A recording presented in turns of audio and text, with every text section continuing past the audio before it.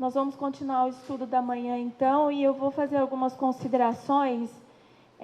Me perguntaram a respeito das coisas que eu fui contando, né, dos 3 profetas, que agiram no mesmo tempo. Jeremias primeiro começa lá em Jerusalém, depois ao primeiro cerco, leva para a Babilônia, então Daniel. Depois o segundo, né, que é Ezequiel em Tel Abib, que fica 85 quilômetros de Babilônia, é uma espécie de uma província, e ainda ficou um remanescente em Jerusalém. Então o povo de Deus tinha sido espalhado de 3 grupos em 3 lugares diferentes, e para cada lugar havia um profeta. Quando houve a segunda leva para Tel Abib, e o rei Joaquim já tinha sido levado para a Babilônia na primeira leva, o rei da Babilônia deixou o Nabucodonosor, o Zedequias, sob o comando dele, lá em Jerusalém. Aí aquela passagem que a gente conhece, que ele não obedeceu os comandos, porque ele se rebelou não contra Nabucodonosor, ele se rebelou contra Deus. Porque o cativeiro tinha sido estabelecido por quem? Por Deus. Então, quando ele se rebela, porque o Nabucodonosor falou, então, quebrou a aliança de monarquia, porque era filho que ia herdando, o pai morria, o filho herdava. Como o rei Joaquim foi levado para a Babilônia, o Nabucodonosor veio e fala assim, agora quem vai reinar aqui em Israel é o Zedequias, e quem manda nele sou eu, então ele está sob o meu comando. Nesse momento, o Zedequias aceita, mas a passar do tempo ele se rebela contra as ordens de Nabucodonosor e vai buscar aliança lá no Egito. E por causa disso, Nabucodonosor vem, mata os sacerdotes, que é a visão de Ezequiel 8. Aí há um selamento primeiro, depois Deus vem com a representação contra os sacerdotes, isso é Ezequiel 10, contra a casa de Israel, e mata, aí contamina todo o templo. Quando o rei do sul é morto, primeiro ele vê os filhos morrendo e depois é furado os olhos, esse rei é o rei Zedequias, que foi colocado no lugar do rei Joaquim. Essa parábola, o Ezequias conta, se eu não me engano, em Ezequiel 17. E depois vem o Ezequiel 18, que fala da responsabilidade pessoal, que eu falei para vocês. Tudo bem? Todas essas coisas, me perguntaram se eu li no livro da White. Não. A White, algumas informações que eu vou colocar aqui para vocês, está em Testemunhos Seletos, volume 2, só que a revelação que ela tem sobre esse capítulo é bem pequenininha. O que ela fala sobre Ezequiel 1, eu vou trazer aqui para vocês. Então, de onde você tirou tudo isso, pastora? Da própria Bíblia. Então, eu vou passar os versículos. Me perguntaram, nossa, sofrimento do povo de Judá está escrito na Bíblia? Tá, abre lá em Jeremias 29, foi tudo profetizado por Jeremias. Jeremias 29, inclusive os profetas que foram levantados, Jeremias também profetizou, ele falou, haverá profetas no plural. Do versículo 10, que a gente já leu, que são 70 anos de cativeiro, a gente leu, depois a gente leu o versículo 11, que fala que Deus tem planos de paz e não de mal, e no final Deus ia dar o bem que eles desejavam. Quando chega no versículo 16, no 17, mais propriamente dito, Deus começa a falar o que ele ia fazer no cativeiro de Babilônia. E era uma pena duríssima. Nesse momento aqui, o povo ainda não tinha, a segunda leva não tinha sido levado para Tel Abib. E aqui foi a história que eu contei, é porque eu fui contando em vez de ler, né? Então, eu acho que ficou sem... Como é que fala? Não, ficou sem, por exemplo, você pegou isso da onde? Da Bíblia? Foi a White que falou? Então, referência, isso, ficou sem referência, tá? Então, eu peguei essas informações da própria Bíblia, Jeremias 29, versículo 17, vai falar assim, ó. Assim diz o Senhor dos Exércitos, eis que enviarei entre eles a espada, eles iam morrer, a fome, que lembra que eu falei, houve um cerco, também está descrito aqui, igual houve no primeiro cerco de Jerusalém, que o povo saiu, lembra que Jesus falou, quando cercarem, sitiarem Jerusalém, isso lá na época de Jesus. vocês fiquem atentos que vocês têm que sair. Aí o rei que estava sitiando Jerusalém teve que voltar, e os que eram do Senhor foram avisados para sair. Mas quem ficou, lembra aquelas histórias da mãe matou o filho para comer? Isso aconteceu aqui também, tá? Então, os que eram ímpios e permaneceram, passaram fome. Deus falou, eles vão passar fome, vai ter peste. Faluzei como a figos podres, que não se podem comer, de maus que são. E persegui-los-ei com a espada, e com a fome, e com a peste. Dá-los-ei para andarem de um lado para outro, entre todos os reinos da terra, porque iam ser espalhados, e para serem uma maldição, e um espanto, e um assobio, e um opróbrio entre todas as nações, para onde estiver lançado. Aí começou a acontecer isso, o Jeremias escreveu Lamentações, é onde a gente foi lá em Lamentações 5, é para frente um pouquinho aí, é só para vocês terem referência bíblica, tá? E aí nós chegamos em Lamentações 5, Jeremias é conhecido como profeta chorão, porque ele profetizava e as coisas iam acontecendo e aquilo ia ardendo no coração dele. Não a justiça e o juízo de Deus aplicados, mas a rebeldia do povo que não se voltava a Deus.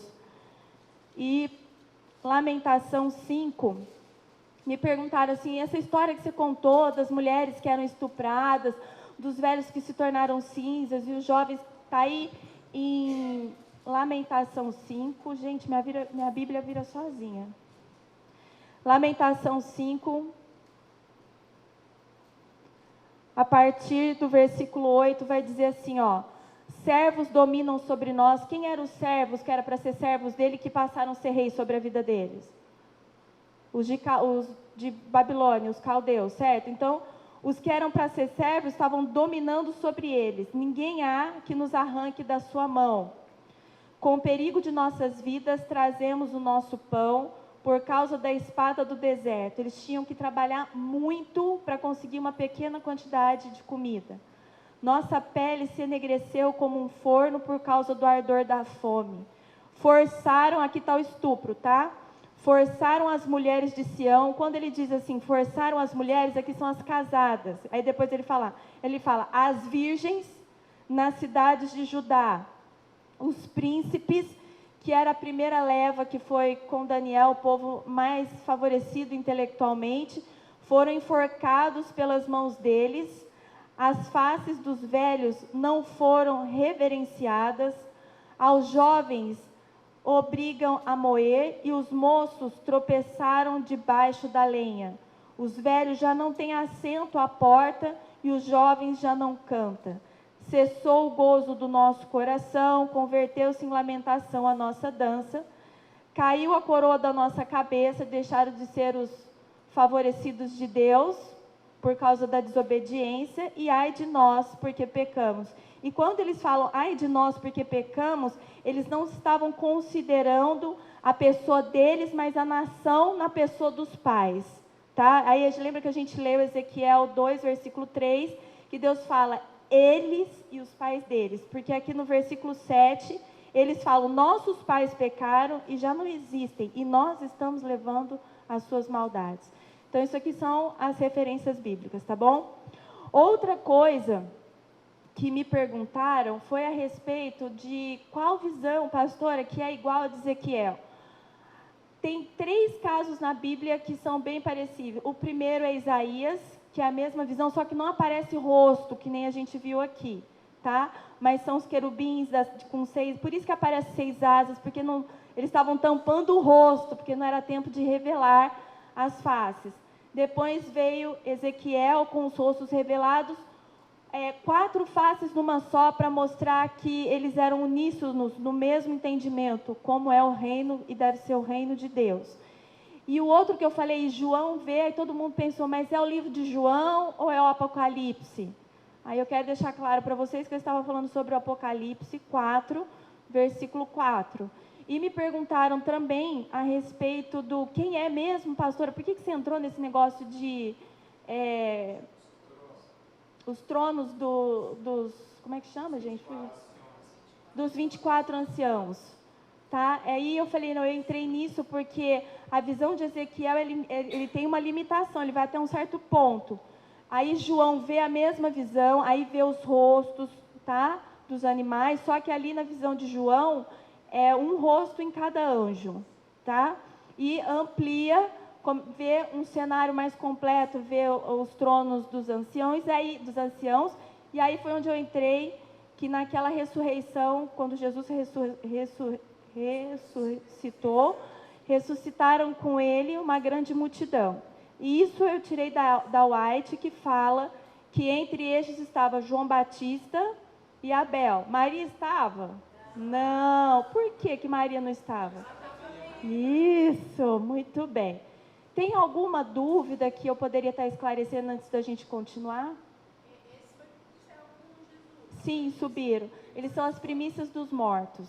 Tá? Os 144.000, as primícias dos vivos. Tudo bem? Mais alguma coisa? Tudo entendido até aqui? Aí, eu me lembrei, vocês estão vendo essa cena aí? Vocês conseguem discernir, olhando? É uma visão lateral. Aqui, ó, é o firmamento de cristal. Aqui em cima está o trono de safira de Deus, lembra? Falei alguma coisa errada? Não é porque você deu uma risadinha. As rodas, tem uma daqui, uma dessa ponta, aqui tem os anjos, né? Vamos ler um pouquinho a respeito disso? Abre a tua Bíblia em Ezequiel 1, versículo 13. E quanto à semelhança dos animais, o seu parecer era como brasas de fogo. Então, vocês estão vendo que a aparência do anjo, está vendo aqui, ó? Ele todo era como aparência de fogo. Assim como Deus, na manifestação da glória para Ezequiel, ele parece como homem, aí ele fala do ombro para baixo e depois do quadril para baixo, ele vai falando, mas é tudo semelhança de fogo. Neste momento, vocês lembram que eu falei que o Ezequiel não sabia que era anjo? Ele foi saber quando ele teve a segunda visão dessa mesma situação, no capítulo 10 de Ezequiel 20, que ele fala, então só então eu percebi que eram querubins. E nós temos uma referência bíblica aqui, quando ele fala dos animais, mas a gente já sabe que são anjos, né? E Hebreus 1:7, você pode, marca o dedinho aí, em Ezequiel 1, e abre em Hebreus.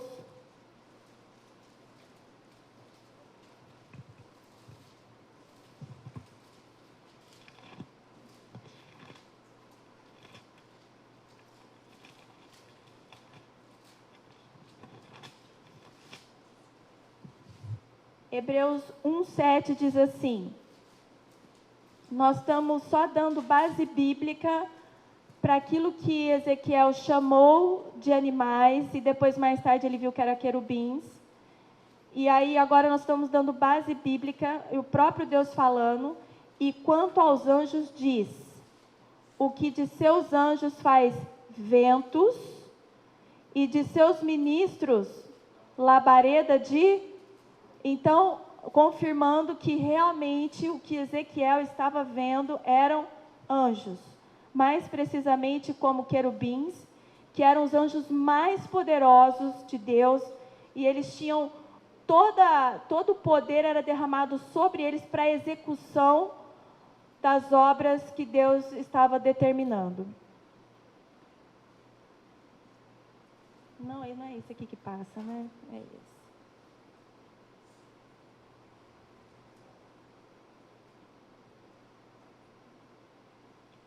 Voltamos a essa imagem, porque agora a gente vai falar um pouquinho sobre essas rodas.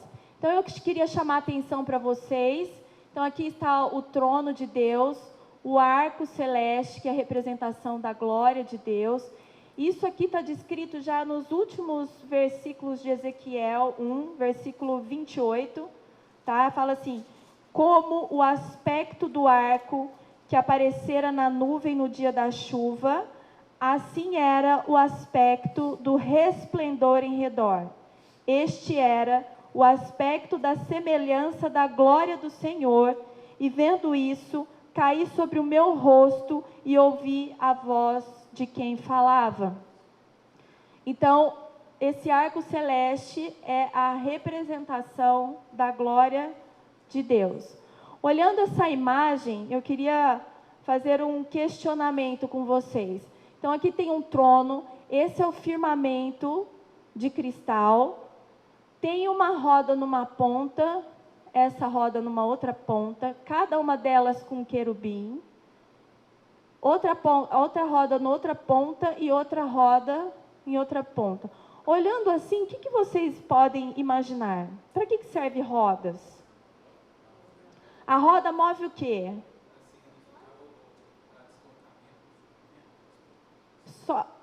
Só do firmamento? Carro tem roda? Será que eu posso considerar que tudo isso é o trono de Deus? E que isso são rodas do seu trono? Será que a gente pode afirmar isso? Que isso seria o carro do Senhor? Será que tem alguém na Bíblia, algum profeta dessa mesma época, que falou que o trono de Deus tinha rodas? Quem? Eu continuei apertando? Amor.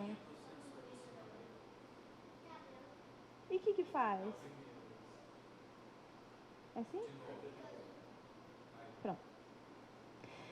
Abre a tua Bíblia lá em Daniel, vamos ver se Daniel, a gente não falou que ele teve uma visão do trono de Deus? Vamos ver se ele fala alguma coisa que o trono tinha rodas ou não. Daniel, um pouquinho aí para frente, Daniel 7, versículo 9.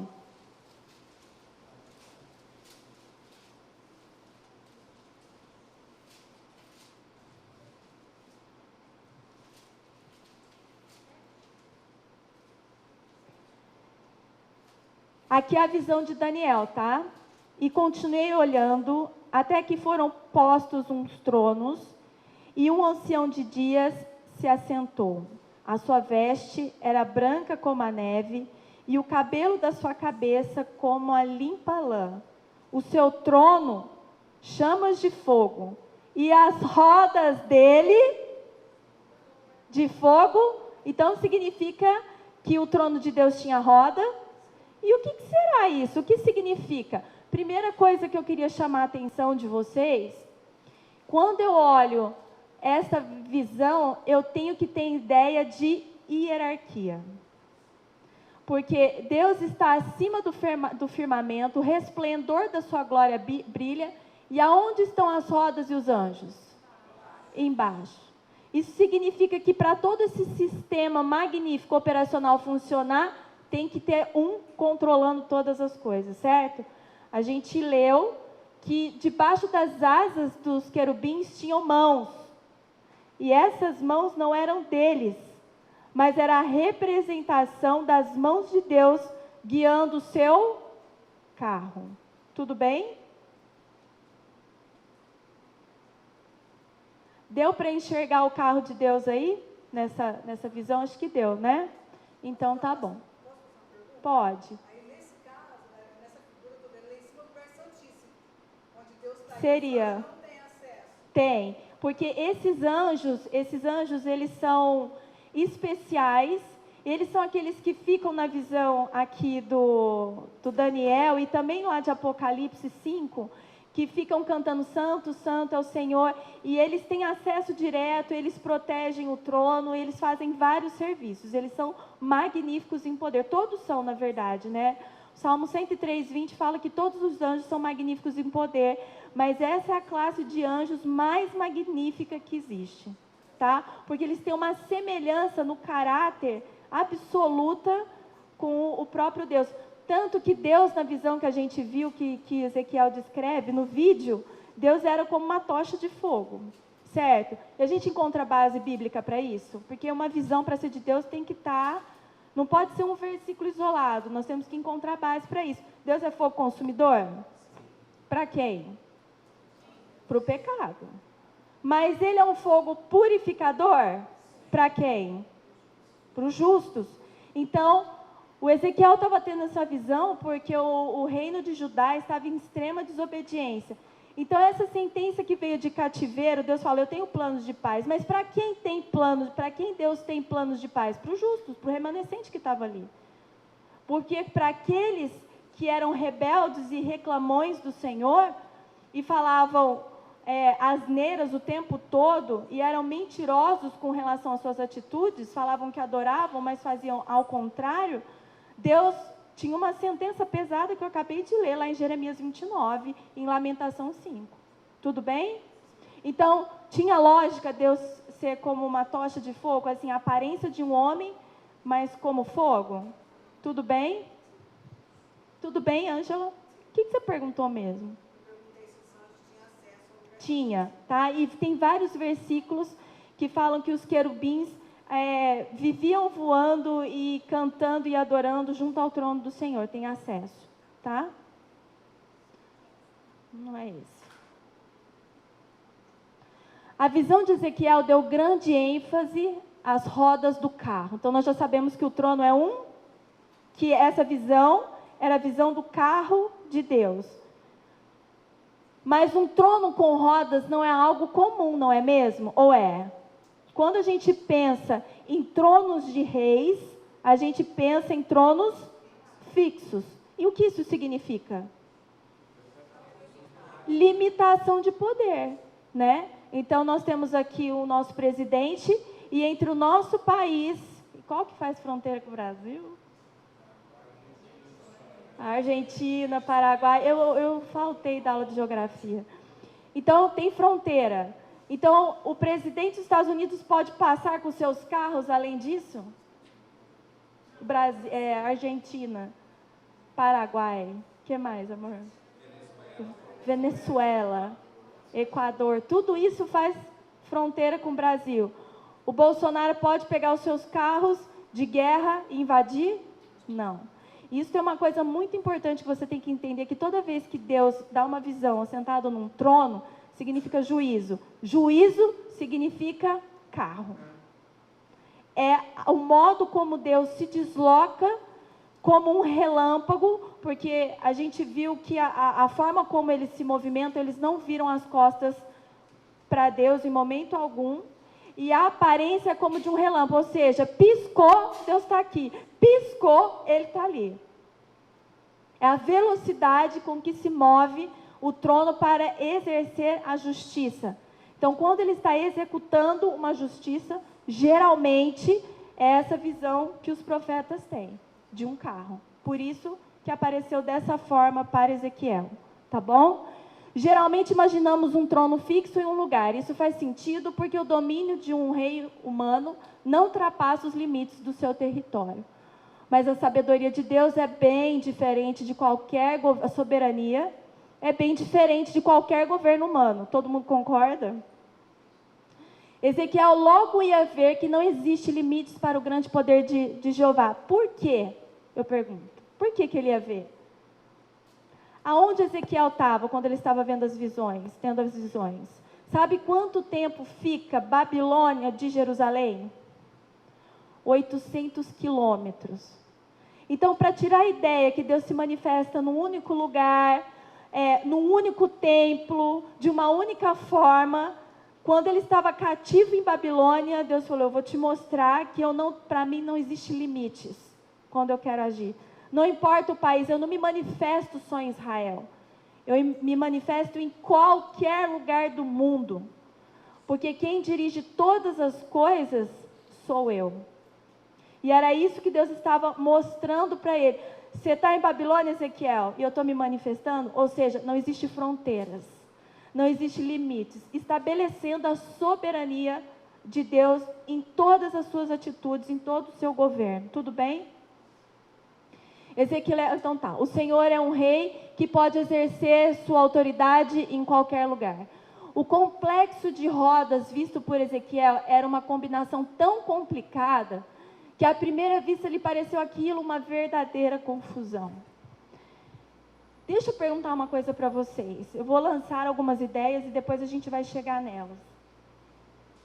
Quando nós olhamos a situação do planeta Terra, todas essas coisas acontecendo, pai matando filho, pestes, Você pensa que isso está uma grande confusão? Aos nossos olhos, isto é uma grande confusão? Será que aos olhos de Deus isto é uma grande confusão? Será que eu posso dizer, estou lançando ideias, que talvez essas rodas, além de deslocar o carro de Deus com perfeita rapidez, como de um relâmpago, será que eu posso dizer que a representação dos 4 pontos cardeais, norte, sul, leste, oeste, abrangendo toda a extensão territorial do mundo? Mas quando se moviam, havia nelas a mais admirável ordem e perfeita harmonia. À vista de quem? Quando você olha aquilo, quando há uma situação que acontece na sua vida e você pensa que está tudo fora do controle. E muitas pessoas que não conhecem Deus têm uma visão equivocada e chegam a falar: onde está o teu? Que tipo de visão é essa?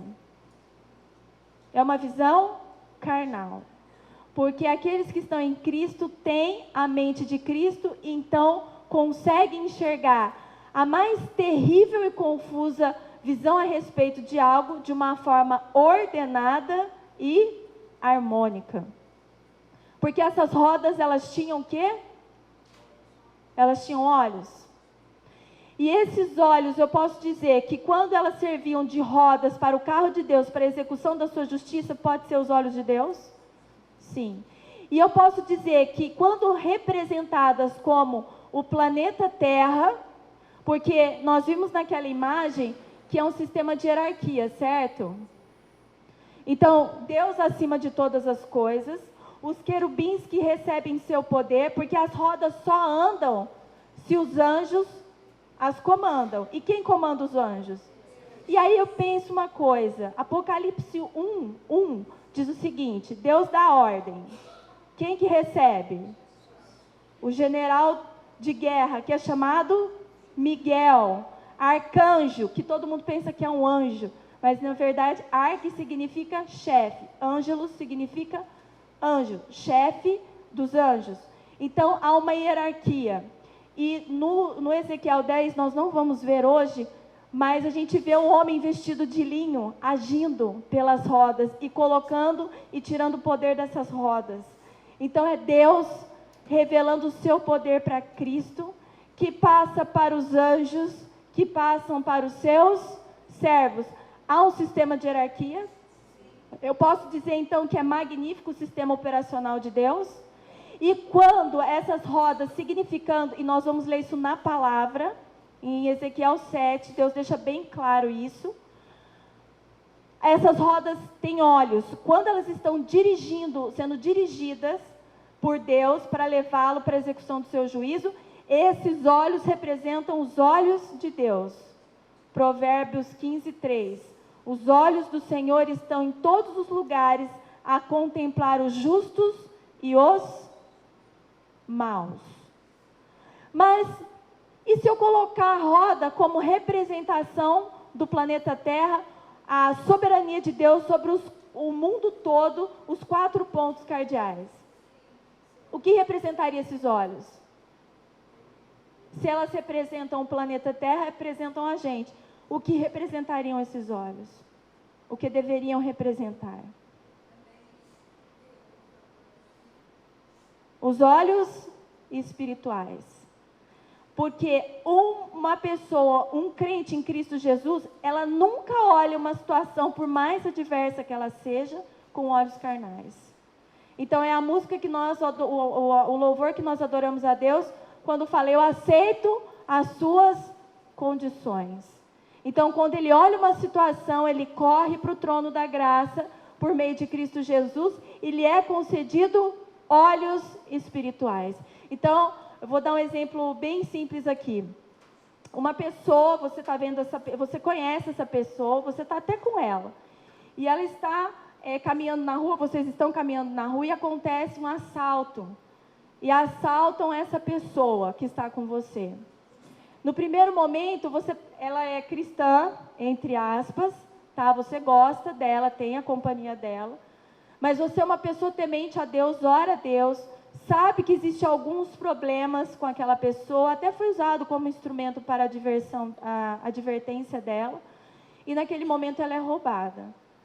E naquele momento, porque os seus olhos espirituais estão abertos, porque a sua mente, a mente de Cristo, você olha e entende a situação. Por que que ela foi roubada? Aos olhos de uma pessoa que contemplou a cena do roubo, vai dizer, isso é um crime. Você tem que ir lá fazer o BO e tudo tal. Você conhecendo a pessoa e sabendo que ela usa do trabalho como balança enganosa. E já tendo advertido ela desses feitos, ela continua fazendo, então ela é roubada.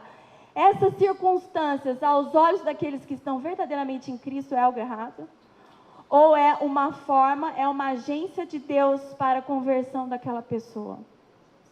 Então esses olhos são os olhos espirituais. Quem tem para contemplar as ações de Deus e glorificá-lo? Aqueles que estão ligados à videira verdadeira que é Cristo. Por isso que Jesus fala, né, para o Paulo, e ele coloca lá em Coríntios, ele fala, os homens carnais ou os naturais não discernem coisa alguma, mas os espirituais discernem todas as coisas. E porque eles discernem e falam, e quando o carnal está junto, ele não pode compreender a fala do espiritual, não se pode compreender, porque são coisas espirituais. Então nós temos dois significados para essas rodas, e nós vamos ver um pouquinho mais para frente, tá bom? Baseado na Bíblia.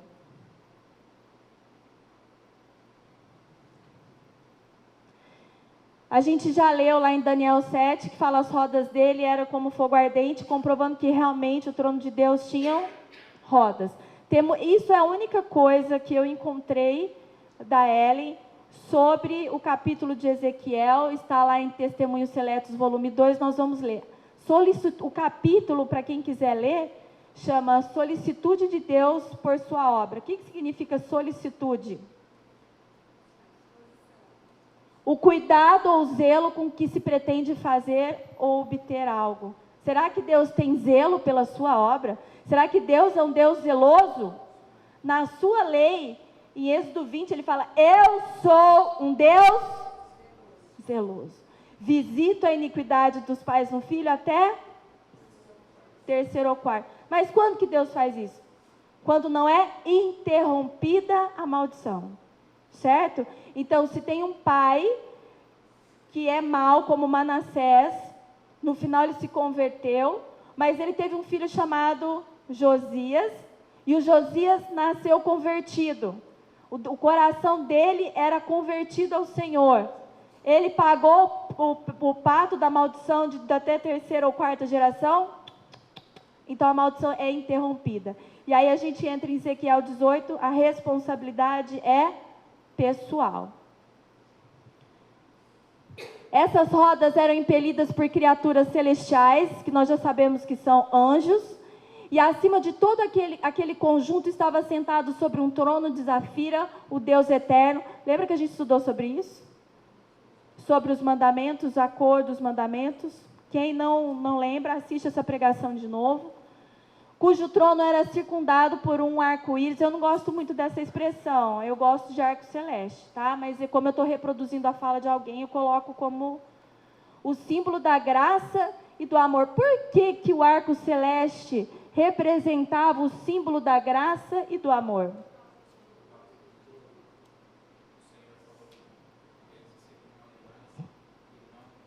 Mas ele matou todo mundo, isso representa amor? Por quê? Hã? Quantos anos de advertência Noé? 120 anos de advertência. Deus é bom? Dominado pela glória terrível dessa cena, Ezequiel caiu sobre o rosto quando uma voz lhe ordenou que se erguesse e ouvisse a palavra do Senhor. Foi-lhe dada então uma mensagem de advertência ao povo de Israel. Nós já estudamos essa mensagem de advertência, certo? Aquele complexo de rodas que ao profeta parecera tão confuso, era governado por mão onipotente. Então, todo o sistema que nós vimos, né, o sistema de organização celestial, ele é perfeito e ele demonstra a onipotência de Deus, a onipresença e a onisciência de Deus. Porque todos eles, tanto os anjos, os 4 anjos, como as rodas, eram cobertas de olhos. O Espírito de Deus que lhe fora mostrado, movendo e dirigindo aquelas rodas, convertia aquela confusão em harmonia. Quem pode fazer as nossas vidas confusas, esse mundo confuso, em um mundo harmônico e ajustado? Mas para isso eu preciso ter a visão de quem? De Cristo. Eu preciso ter a mente de... Porque se eu olhar do modo carnal, vai me parecer, na visão, os anjos, uma grande confusão, algo impossível de se compreender. Do mesmo modo, o mundo inteiro se acha sobre o seu domínio. Então, aos olhos de Deus, não está havendo confusão. Porque tudo o que está acontecendo está no controle absoluto de Deus. Nada escapa ao seu controle. Então, do que você precisa ter consciência, ciência, ao sair da igreja nesse sábado? Que todas as coisas, todas as coisas que vêm sobre nós, está sobre o controle absoluto de Deus. E o que Deus nos chama a compreender? Nós falamos de manhã. O que Deus nos chama a compreender com essa visão? A soberania, a onipotência, a onipresença e a onisciência. Então, se eu tenho consciência dessas coisas, eu devo murmurar a respeito das tribulações e aflições que vêm sobre mim? Ou eu devo buscar de Deus o que me cabe como aprendizado?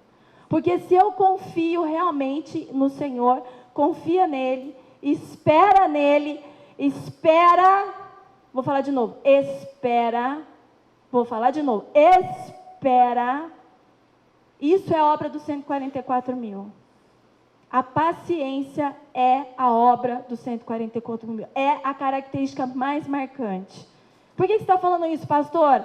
Porque em Apocalipse 14, 12, Deus diz assim: aqui está os que guardam os mandamentos de Deus e têm a fé em Jesus.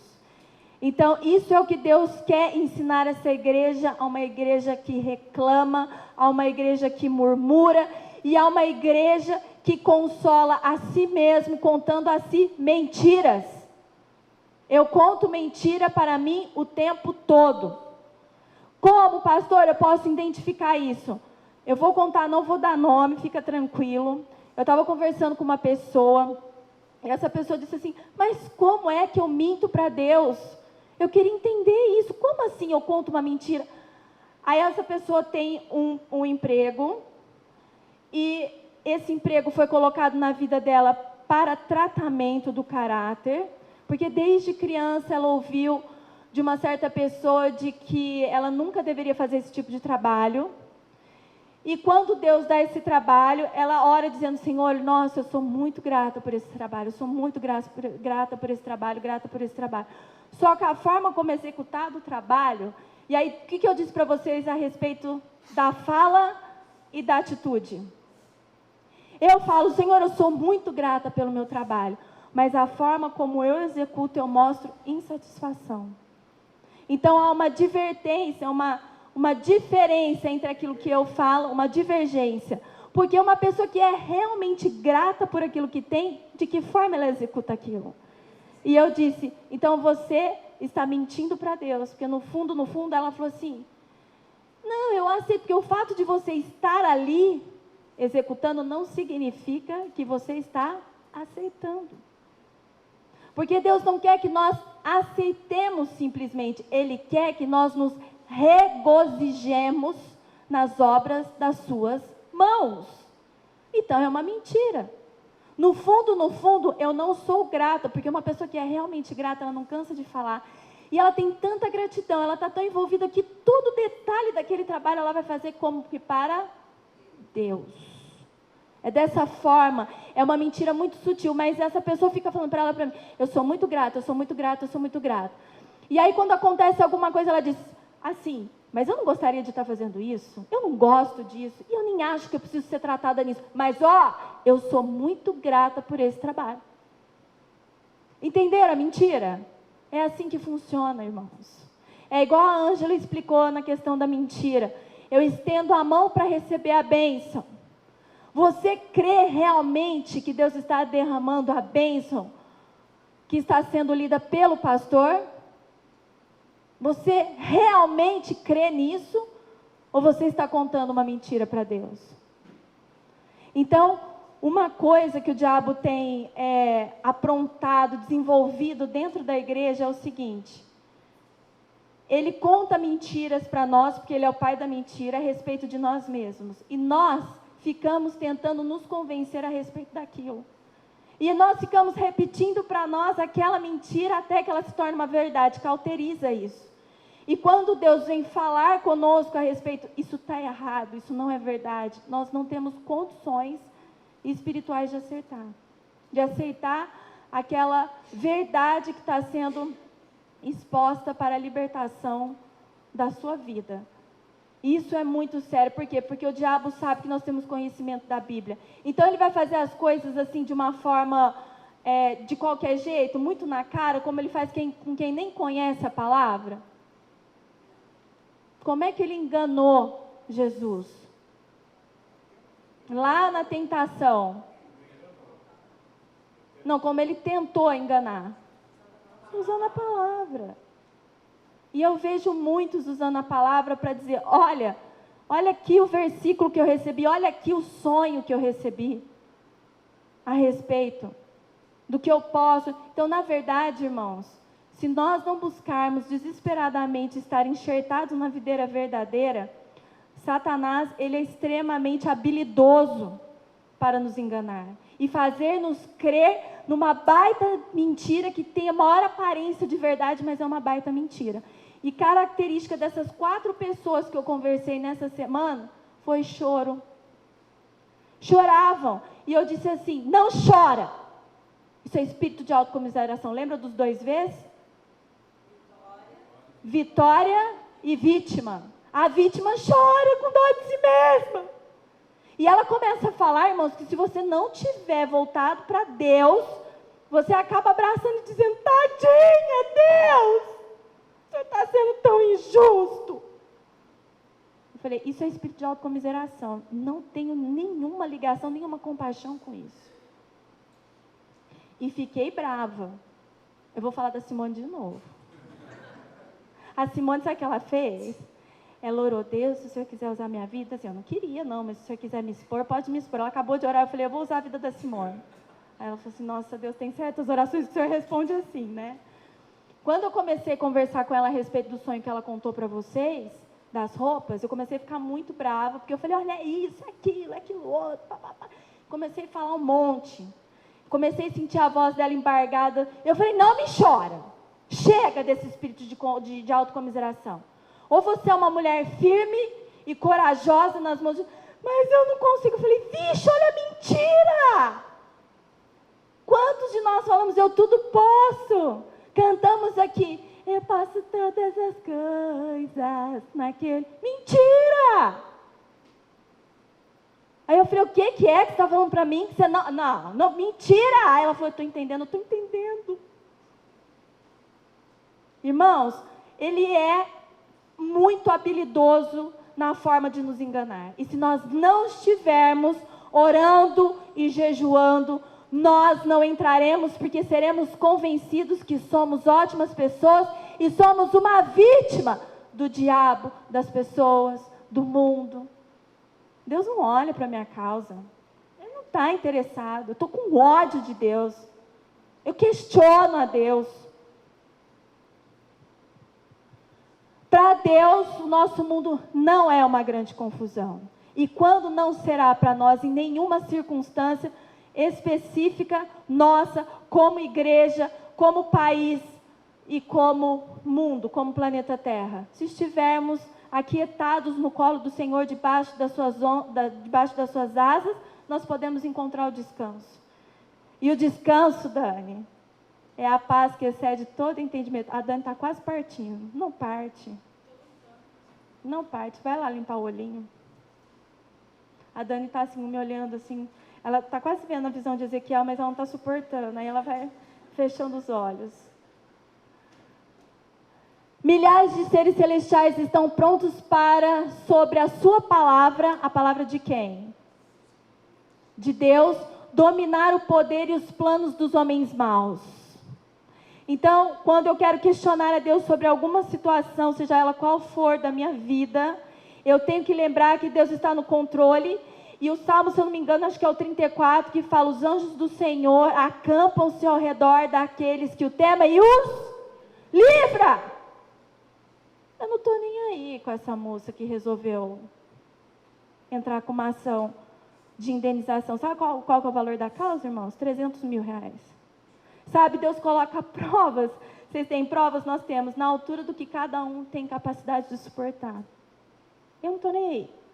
Eu já passei por isso uma vez, vou passar de novo. Dando glória a Deus. Porque eu sei o Deus que eu sirvo. Eu sei que Ele coloca anjos para dominar o poder e os planos dos homens maus e fazer tudo redundar em benefício dos fiéis servos de Deus. O que eu tenho que me preocupar? Se eu sou fiel, se eu estou andando conforme a luz que eu recebo, isso é algo que se deve preocupar. Essa é a avaliação que eu tenho que ter. Por isso que eu tenho que pedir os óculos espirituais e Deus me deixa ver o meu estado. Porque se eu vejo, eu tenho consciência. Se eu tenho consciência, eu peço socorro. Se eu peço socorro, eu recebo ajuda. Caso contrário, naufragam. Na obra de Deus, demasiadas vezes nos deixamos influenciar pelos cuidados e dificuldades. Isso é mentira? Os olhos carnais tomam uma tendência avassaladora. Eu deixo de enxergar pela ótica de Deus, que foi o trovão que Ele me mandou. Rapidinho recuperei a visão. E aí eu passo a ver o que pode acontecer com a minha vida, caso esse mal que está vindo sobre mim aconteça. Mas se eu tenho confiança no Deus que eu sirvo, eu tenho absoluta certeza, porque eu ando pela fé. Sem fé é impossível agradar a Deus. O que você precisa alcançar, irmãos? A fé está vacilante? É hora de estar recuperando essa fé. Porque nós estamos num juízo de investigação, nós estamos sendo selados como no tempo de Ezequiel, e o juízo vai começar pela casa de Deus, e vai rodar a gente de novo. Deus cumpre o que promete? Precisamos confiar em Deus, crer nele e avançar. E ter a convicção, irmãos, que o peso da responsabilidade que cada um tem, nós não carregamos sozinhos.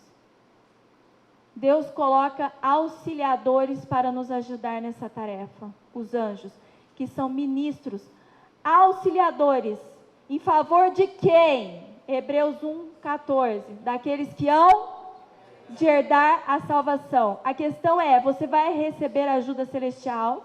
Você é alguém que está buscando e obedecendo um candidato à salvação para que Deus envie os seus ministros?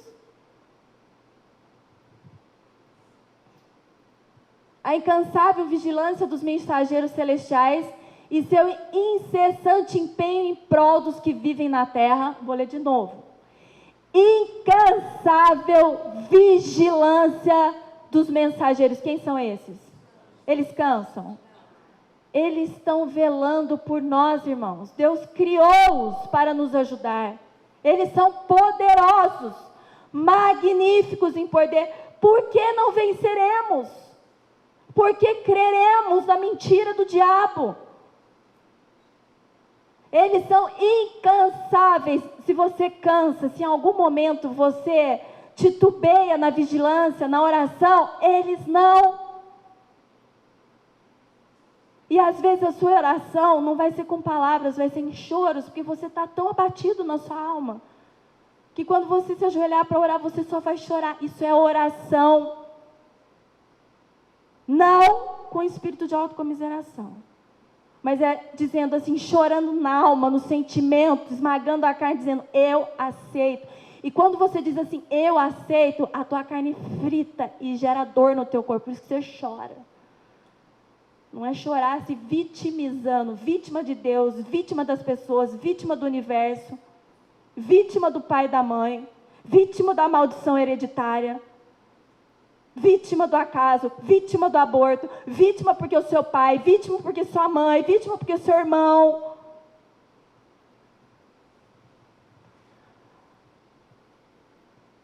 E seu incessante empenho em prol dos que vivem na terra nos revelam como a mão de Deus está guiando uma roda dentro da outra. Será que a Ellen White está falando que as rodas é a representação da terra? Sim ou não? O instrutor divino, quem é o dono do carro?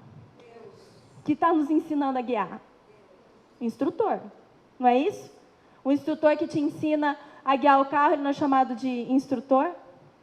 O instrutor divino diz a cada qual que desempenha uma parte em sua obra, o que outrora disse a respeito de Ciro. Ciro nem sabia da existência de Deus. Mas lá em Isaías 45, 5, ele diz assim: eu te cingirei. Por uma pessoa que nem ele, que o próprio Ciro não conhecia Deus, mas dizia: Ciro, meu servo. Tem limites para Deus? Por que a incredulidade? Porque a incredulidade, a murmuração é fruto da incredulidade. Eu só murmuro quando eu não creio. Porque quando eu creio não há lógica, né? É incompatível. Se eu creio, eu não murmuro. Se eu não creio, eu murmuro. Eu te cingirei, ainda que tu me não conheças. Olha a grandeza desse Deus. Eu vou tratar a nação de Israel, eles vão ficar escravos de Babilônia, mas eu vou levantar um cara que nunca ouviu falar de mim, eu vou usar a vida deles para soltar esse povo todo. Ou não foi assim? Quem que era Ciro? Rei da Medo? Pérsia. E foi através dele que o povo de Deus foi liberto. E ele nem sabia de Deus quando Deus disse isso. Imagina, está entendendo a grandeza? A onisciência, a onipresença e a onipotência de Deus? Isso não pode ser só algo falado. Tem que ser experimentado.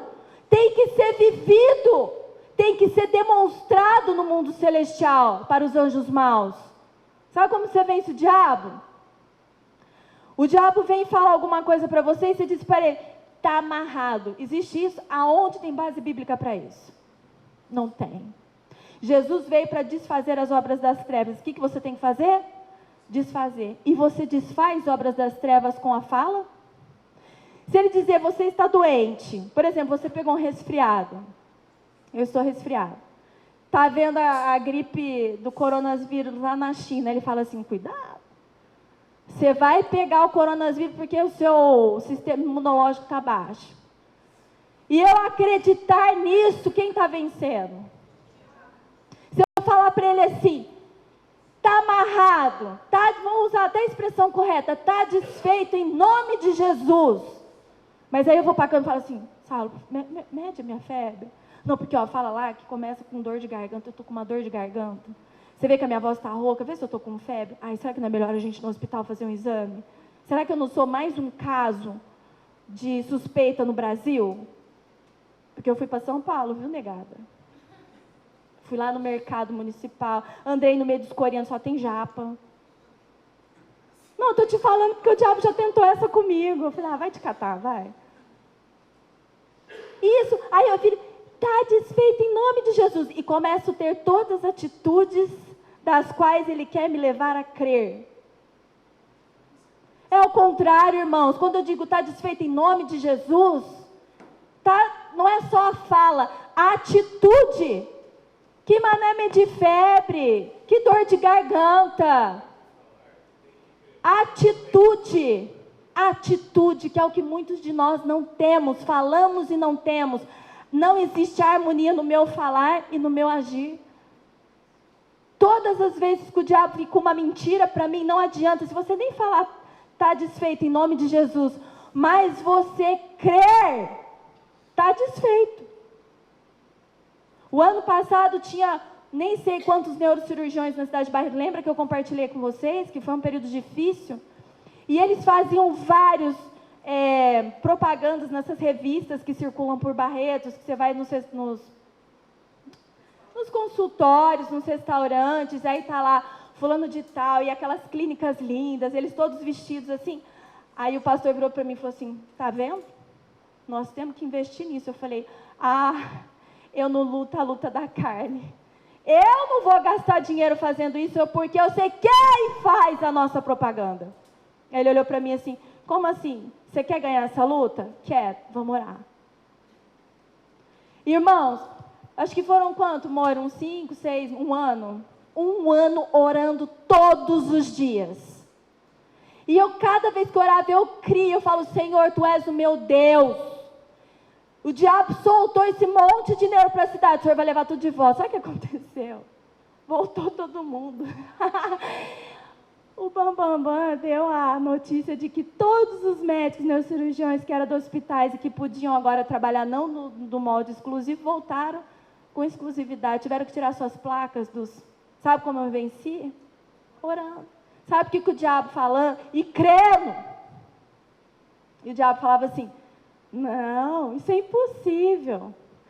Eu falava assim, como é impossível? Você lê a Bíblia, Josué guerreando contra 5 nações, e eles olhavam aquele multidão de exército vindo, e a nação de Israel com um pouquinho assim, e Josué recebe a ordem, vai para cima desse povo. Lembra a história de vai parar o sol? Não podia entrar à noite, e Josué fala, vai entrar à noite, Deus, eu paro o sol. Não era suficiente a parada do sol para eles vencerem. E aí Deus manda tochas de fogo que matou mais do que a espada. E eles venceram. Sabe? Quer experimentar o Deus do impossível? Aceita os desafios. Aceita aquilo que Deus coloca na sua vida. Não deixa descair o teu semblante. Ora, jejua crendo e diz, Senhor, não são as minhas palavras, mas é a minha fé que move montanhas. Eu tirei uma montanha enorme do meu caminho, disse, sai daí e vai para lá. E foi, e determinei o lugar para onde tinha que voltar.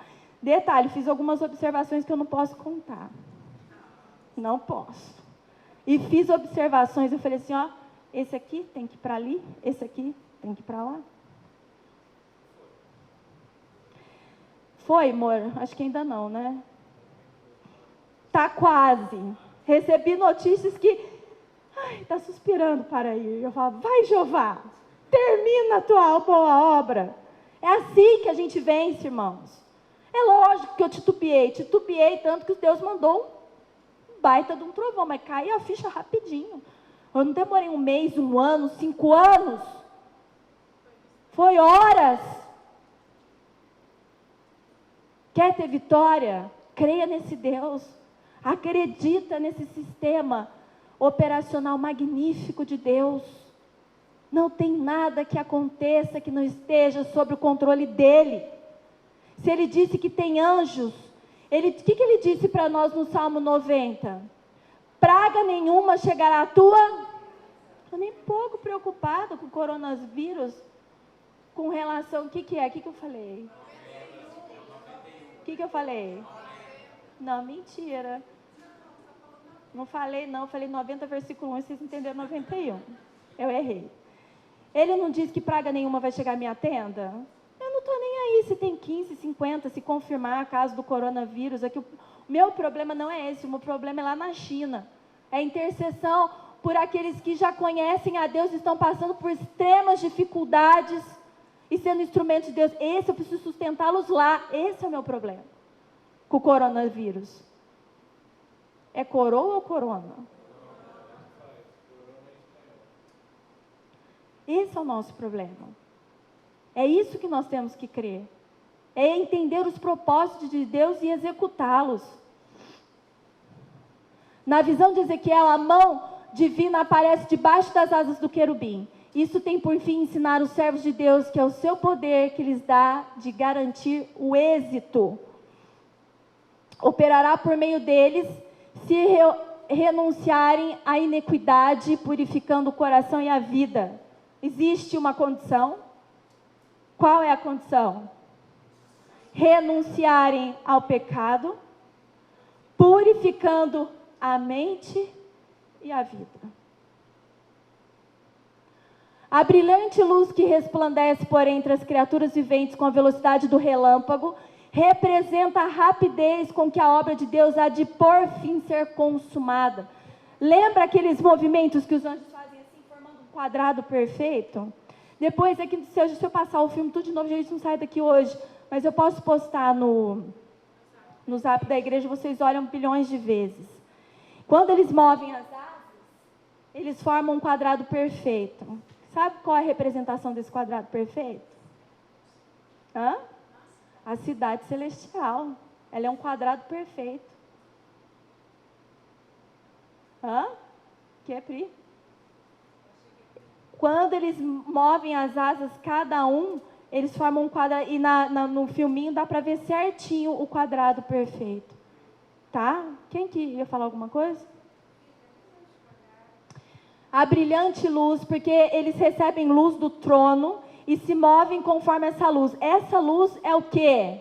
Direção. Quando nós estamos lendo a palavra de Deus e recebendo a palavra, o que é isso? Luz saída do trono de Deus. O que é isso? Direção. A diferença entre nós e os querubins é que eles não olham para trás no sentido de eu desconfio. É Deus mesmo que está falando? Será que Deus está usando? Ai, será? Ai, não sei, hein?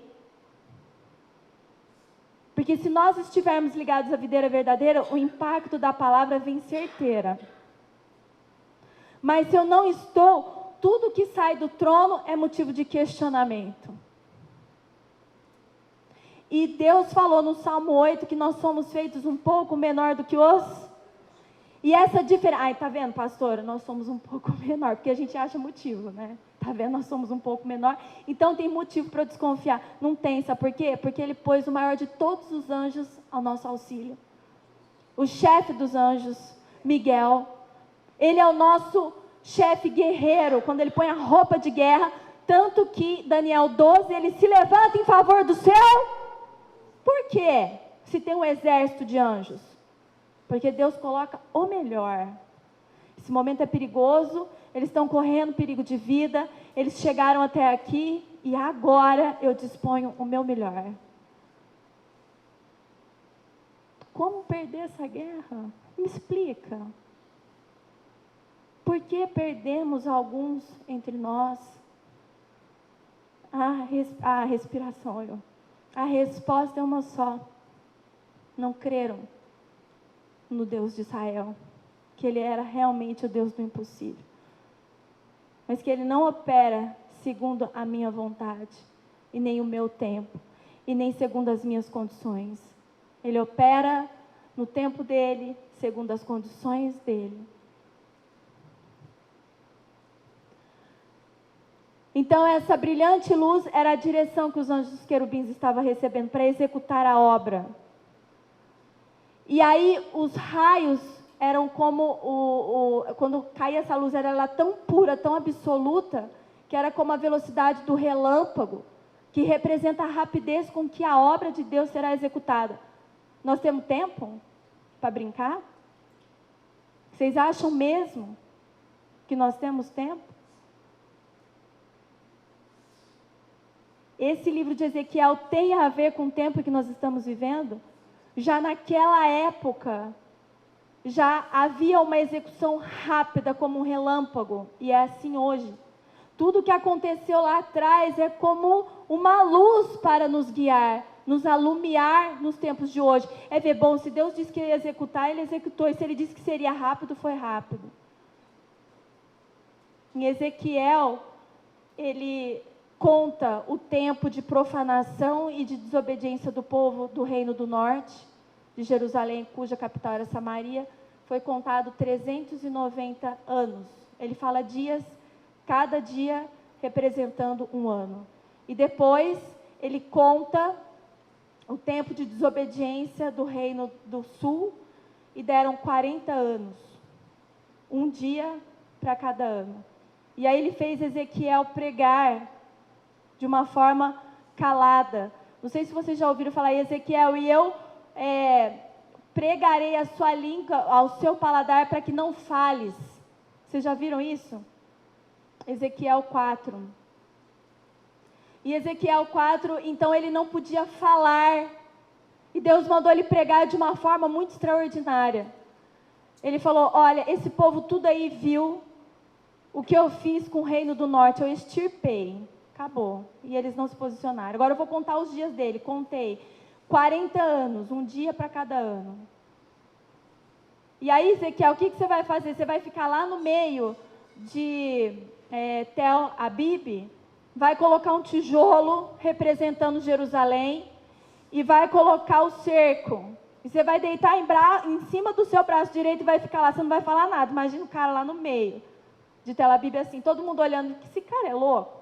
Sabiam que achavam que ele não regulava muito bem da ideia, né? Porque as visões que Deus dava, o modo como Deus pedia para ele operar, era terrível.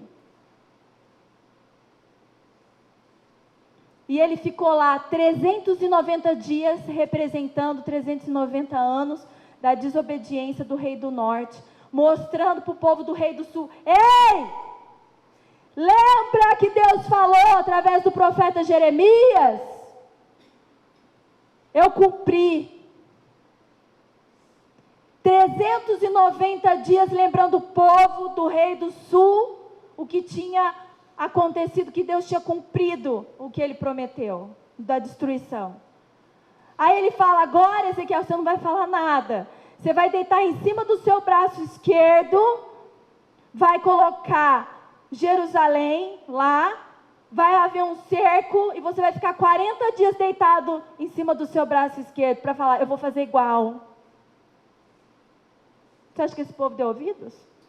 Um povo de dura serviço, que é igualzinho a gente. Aquele que não tosqueneja, quem que não dorme nem dormita? O guarda de Israel. Quem é o guarda de Israel? Deus. Dorme. Será que, ops, ele descuidou da minha vida e foi um serzinho lá e falou, é agora. Olha a movimentação. Você acha mesmo, irmão? Não existe como. Tudo está debaixo da poderosa mão de Deus. Permissão, com o propósito de ensinar.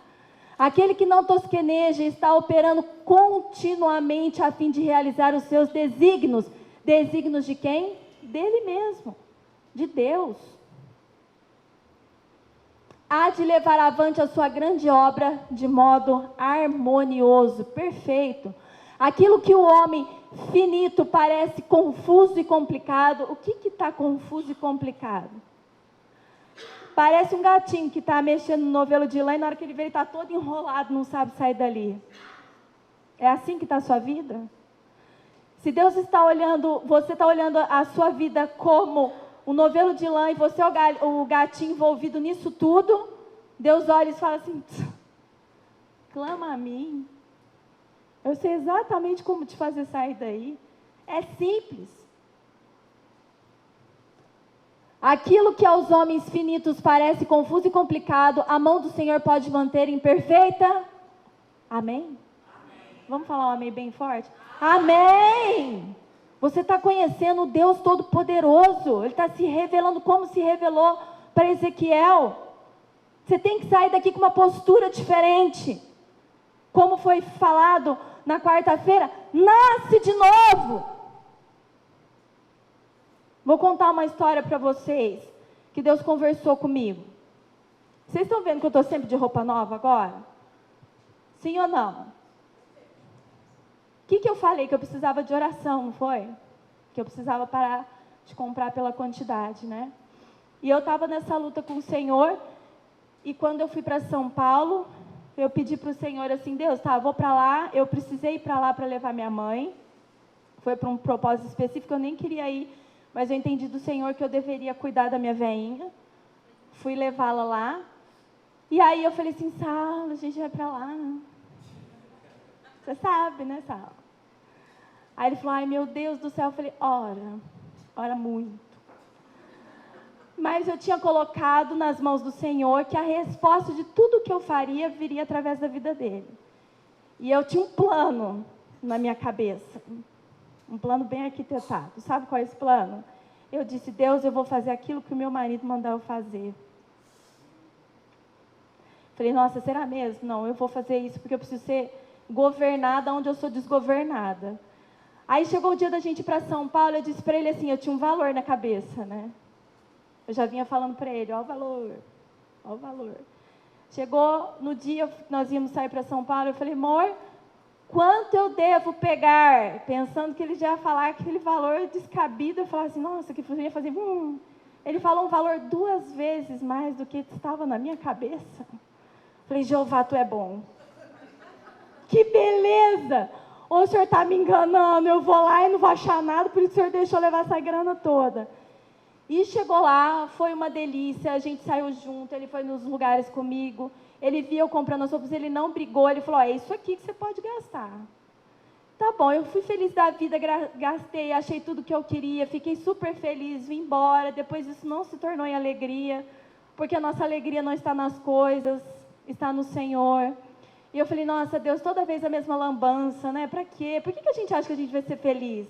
Depois que fez, a gente vê, não, mas não era isso.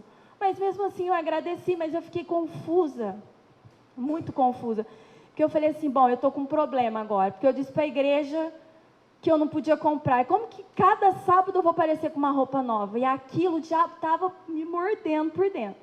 Aí eu arrumei 2 irmãzinhas, né, Rogério? Rogério e Simone. Aí Deus falou assim, fala com essas aí. Aí fui desabafar. Falei, eu estou com problema. Que problema, pastor?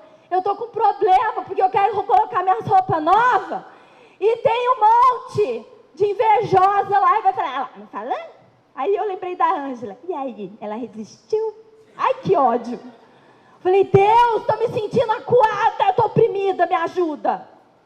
Porque o único lugar do mundo que eu vou e me arrumo é a igreja. Eu não vou para nenhum outro lugar, eu tenho prazer de me arrumar para o Senhor. Aí a Rogério bem assim, ai, pastora, ó, eu vou te dizer uma coisa. Nosso povo aqui é tudo invejoso. E você acha que Deus vai não deixar, enquanto esse povo não ser tratado, ele vai deixar você se tornar igual a nós? Não, tem que esbanjar mesmo, enfiar na cara, até treinar esse povo, até eles darem mais... Aí a Simone, que é a máfia, testou embaixo, é isso aí. Aí eu fiquei assim, será? Eu gostei disso, achei o máximo. Falei assim, ó, então eu vou lá orar. Falei, Deus, a máfia disse isso, aquilo. Tô brincando, hein? E Deus falou, é isso aí. Como que se trata inveja? Então a gente tem inveja dos outros lá fora do carro e Deus tira tudo de todo mundo para você se sentir bem? Não! Ele vai botar na tua cara e vai dizer assim, ó, vai sarar ou vai morrer de inveja? Eu falei, nossa, que bom. E aí eu estava até conversando com a Marcela sobre isso em casa, porque eu contei para ela, já vou te contar. Comprei um monte de roupa aí, mas é com ordem do Senhor. Eu expliquei as coisas para ela. E eu falei assim, vocês acham que eu estou livre da inveja? Eu não tenho inveja de vocês. Mas eu tenho inveja de outras pessoas. Cada pessoa que está num nível, olha para cima do nível dela. Então, por exemplo, se eu estou num nível, eu não estou olhando para baixo do meu nível, isso vai trazer inveja para mim? Então eu olho para os que estão acima de mim, os que estão acima de mim olham para os que estão acima dele. E quanto mais dinheiro, o diabo coloca mais condições para ter sempre alguém que você possa olhar para você querer mais, e mais, e mais, e mais. Ou você acha que o mais milionário da face da terra está satisfeito? Sabe quem é o cara mais rico? Um rei de Dubai, que ele tem não sei quantos carros na garagem, ele não sabe onde enfiar dinheiro, aí ele blinda os carros com ouro, põe diamante nas rodas, tem 20, então assim, e aí ele olha o outro que tem um jato importado, o que ele quer? Com ouro. Irmãos, inveja, cada um no seu nível tem que aprender a superar, a estar satisfeito no Senhor, é saber a condição que cada um tem, é exercer essa satisfação. E se olhar para mim e começar a nascer um desejo de comprar roupa, porque afinal de contas a pastora está comprando, isso é inveja. Toma cuidado com isso, cada um tem que andar segundo as suas pernas. Isso é gratidão. Não adianta ir no altar do Senhor, Senhor, eu sou grata pela minha vida, mas eu queria tanto um carro igual dela. Está grato mesmo? Não está, irmãos. Não está, isso é mentira. E eu vou dizer, eu me sinto muito incomodado quando eu entro na igreja, porque tem pessoas que eu falo, Deus, o inferno baixou aqui pelo olhar. Irmãos, me dá descanso. Vamos cuidar cada um da sua própria vida. Eu tenho as minhas diferenças, eu tenho as minhas lutas iguais a vocês. Vamos respeitar uns aos outros. Vamos nos tornar uníssonos, vamos ficar felizes. Um dia a Simone chegou para mim e falou assim, ai, estou pensando em trocar um carro. Aí eu fui ver um carro, lá não sei na onde, e o carro, eu falei, larga a mão. Cara, você tem o maior problemaço na perna. O pastor pode te conceder isso, porque para todo mundo da igreja não é cobrado. Vai procurar um carro zero. Deus, você é uma serva do Senhor. Procura um carro zero, que Deus te dê condições de pagá-lo, automático. Cutuquei até, o que eu quero para mim, eu quero para os outros. E ela então começou a aceitar essa ideia, porque até então essa ideia é de miserabilidade. Falei, não. E aí deu tudo certo, ela apareceu com o carrão. Falei, uau, passa aqui que eu quero dirigir. Que alegria. Irmãos, é tempo de nos alegrarmos uns com os outros. E é tempo de chorarmos uns com os outros. Que coisa feia. Outra coisa que esse povo lá de Judá fazia com o Senhor era a falta de respeito. Desobediência é falta de respeito. E foi um desabafo que eu fiz com o Senhor. Eu falei, Deus, esse povo não nos respeita. Isso é desrespeito. A forma como você fala, a forma como você olha, é desrespeito. Aí Deus falou assim para mim, filha, esse desrespeito visível com você, nada mais é que o desrespeito comigo em primeiro lugar. Eu posso amar eu posso dizer que eu amo meu irmão, como é que é? Eu posso dizer que eu amo a Deus e odeio meu irmão? Ele fala que isso é mentira. Entendeu como tem muita mentira? Ai, não, eu amo meu irmão. Não ama. Não fica feliz, olha o tanto de mentira. Por isso que ele está falando o tempo todo. Vocês estão mentindo. Da mesma forma, eu respeito a Deus. Irmãos, não respeita. Quando você não respeita o seu líder, você não respeita a Deus. Romanos 13. Mentira. Chamei a atenção de duas mães, que eu chamei os meninos para vir para o louvor. Eles ficaram de dar uma resposta, estou esperando até hoje. Aí uma mãe disse assim, mas eu falei com ele, eu falei, pô, que porcaria de autoridade que você tem pelo seu filho. Você falou, ele não obedeceu. Eu tive um problema aqui com o João e com a Mirma, né, Mirma? Fui falar com o meu filho, eu falei, o que você fez? Você vai lá pedir desculpa para ela? Sábado passado eu disse, vai orar eu, a Mirma e o João. Que porcaria de mãe. Não exerce autoridade nem sobre o seu lar, sobre os seus filhos que têm que estar submissos à sua autoridade. Aí eu falei com ele, eu falei, vixe, pior ainda, falou e não teve resposta. E ficou por isso mesmo. Que isso? E eu perguntei muito para Deus se eu podia desabafar, irmãos, porque eu não me sinto respeitada, eu sou uma pessoa carente de respeito. Eu vejo os outros pastores por aí, que não dão a vida como nós damos por vocês, em oração, em jejum, e desejando que vocês entrem no reino, e falando a verdade, correndo o risco de perder a amizade de vocês. E o que nós recebemos é desprezo, desrespeito, falta de consideração. Aí eu vejo outros pastores que mentem, não estão nem aí, estão interessados no dinheiro que vocês depositam lá, porque é o salário dele, e o povo lambendo. Então eu fico com inveja. Eu falo, Deus, como assim? É triste. É muito triste. E eu quero deixar esse desabafo, esse relato. Eu sou carente de respeito. Eu não me sinto respeitada, não me sinto amada. Mas há uma semelhança com Cristo e isso me consola muito. Porque quando eu clamei ao Senhor com as palavras de Isaías, eu disse, eis-me aqui, Senhor. E no meu batismo eu disse assim, eu quero ser como Cristo. Vixe, mas eu não estava pensando nisso, né? Que eu só pensei na parte boa, tipo dons, resolver, tal, sabedoria. Mas a parte de bater na sua cara, colocar uma espinha, levar chibata, falar mal, isso eu não pensei. Ser injuriado. Essa parte eu não lembrei. Deus falou assim, mas vem tudo no pacote. Eu falei, tá. Então, o meu consolo é quando eu olho para Cristo. Eu falei, se nem Ele conseguiu isso, né? Os discípulos, no momento mais difícil da vida de Cristo, que foi nos períodos, nas horas antecedentes à sua crucificação, onde eles estavam? Quando Jesus fazia as obras de cura dos 10 leprosos, quantos voltaram? Quantos reconheceram? Quantos amaram a Cristo de verdade?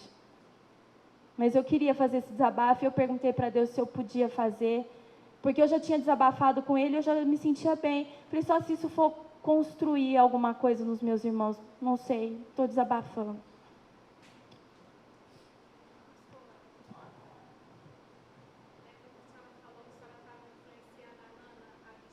Aham.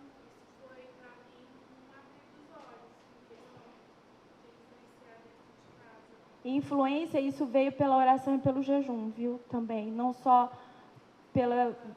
Sim. Eu considero, e meus 2 filhos estão aqui, mas eu me sinto muito amada por eles. Muito amada pelo João, muito amada pela Nana. Eles falam que me amam o tempo todo. O João fica de pendurando em mim o tempo todo. Ele tem esse jeito durão, mas ele é o João da Bíblia, é o João do amor. Tem um coração imenso. Tem uma facilidade imensa de perdoar. A Nana o tempo inteiro vem me beijar. Ela fala assim para mim, ontem à noite a gente estava experimentando roupa. E eu brinco muito, ela fala assim, mãe, você sabe que eu te amo, né? E sabe como se conquista isso, irmãos? Oração e jejum. Lembra que eu falei da senha espiritual? Que Deus vai dar para a mãe e para o pai. E eu estou lutando para que eles entrem no reino de Deus. Tem meios e modos de frustrar as intenções de homens ímpios e pode destruir o conselho dos que maquinam o mal contra o seu povo. Tem gente maquinando mal. Essa oração, essa bênção que o pastor faz no final do culto, é amaldiçoados sejam os que te amaldiçoam. Ai, minha filha, se eu tivesse 15 mãos, era o que eu queria. Porque eu oro isso, além de eu receber nos sábados, eu oro isso todos os dias. E eu coloco vocês, porque eu falo, gente, Deus tem tanta gente invejosa, e alguns nomes eu coloco fulano, ciclano, você sabe o quanto é, e não está tratado, e diz que está, não está. Nos livra desses olhos maus, daquilo que eles pensam, daquilo que eles falam nas suas recâmaras secretas, os pensamentos. Tem tanta gente mal que está lá fora, que nos odeia, sem nos conhecer, porque ouviram falar, porque nós pregamos a verdade, somos uma luz na escuridão. Esse povo é louco, o que eles comem, a forma como eles vivem, o que eles vestem, odeiam. E eu falo, livra-nos dessas pessoas, dos olhares, dos ouvidos, da fala, das ações, que tem gente que faz macumba,